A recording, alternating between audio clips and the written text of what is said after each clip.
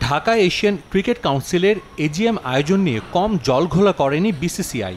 শেষ পর্যন্ত আমিনুল ইসলাম বুলবুলের ক্রিকেট কূটনীতি আর মহসিন নাকভীর অনমনীয় মনোভাবের সামনে নতি স্বীকার করে পরাক্রমশালী ভারত ক্রিকেট বোর্ড। সফলভাবে শেষ হয় এসিসির সভা, কেটে যায় এশিয়া কাপ আয়োজন নিয়ে শঙ্কা। চলতি মাসের শুরুতেই ভারতের গণমাধ্যমে খবর আসে এশিয়া কাপ শুরুর সম্ভাব্য দিনক্ষণ নিয়ে। যদিও এসিসির সভার পর সেখানে এসেছে পরিবর্তন। এশিয়ান ক্রিকেট কাউন্সিলের সভাপতি মহসিন নাকভী সামাজিক মাধ্যম এক্সে জানিয়েছেন, টুর্নামেন্ট শুরুর দিনক্ষণ আগামী 9 সেপ্টেম্বর মাঠে গড়াবে এশিয়া কাপ। ফাইনাল হবে একই মাসের শেষ রোববার 28 তারিখ। ভারত পাকিস্তান রাজনৈতিক অস্থিরতার কারণে প্রত্যাশিতভাবেই এবারের আসর হবে সংযুক্ত আরব আমিরাতে।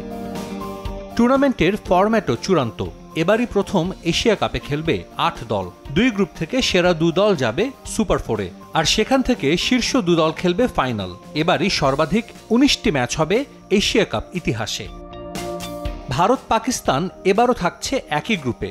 এশিয়া কাপের মূল আকর্ষণই এই 2 বৈরী প্রতিপক্ষের লড়াই, যা দেখার জন্য মুখিয়ে থাকেন বিশ্বের কোটি ক্রিকেট প্রেমী। পেহেলগামে সন্ত্রাসী হামলার পর ভারতের সাবেক ক্রিকেটাররা পাকিস্তানের সঙ্গে ক্রিকেটীয় সম্পর্ক ছিন্নের কথা বললেও সে পথে হাঁটছে না বিসিসিআই, যার অন্যতম কারণ স্পন্সরশিপ।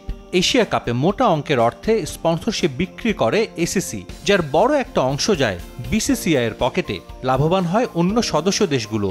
এ কারণেই অতীতের মতো এবারও একই গ্রুপে থাকবে এই 2 দল। ফাইনাল নিশ্চিত করলে সুযোগ থাকবে এক আসরে 3টি ভারত পাকিস্তান দ্বৈরথ দেখার। সবশেষ 2022-এ সংযুক্ত আরব আমিরাতে অনুষ্ঠিত হয়েছিল এশিয়া কাপ। সে আসর হয়েছিল 2 ভেন্যু, দুবাই ও শারজায়। এবারও ফাইনাল সহ বিগ ম্যাচগুলো হবে দুবাইয়ে। 2018 সালের পর আবারও এশিয়া কাপ ফিরবে আবুধাবির শেখ জায়েদ স্টেডিয়ামে। সাজিদ মুস্তাহিদ, সময় সংবাদ।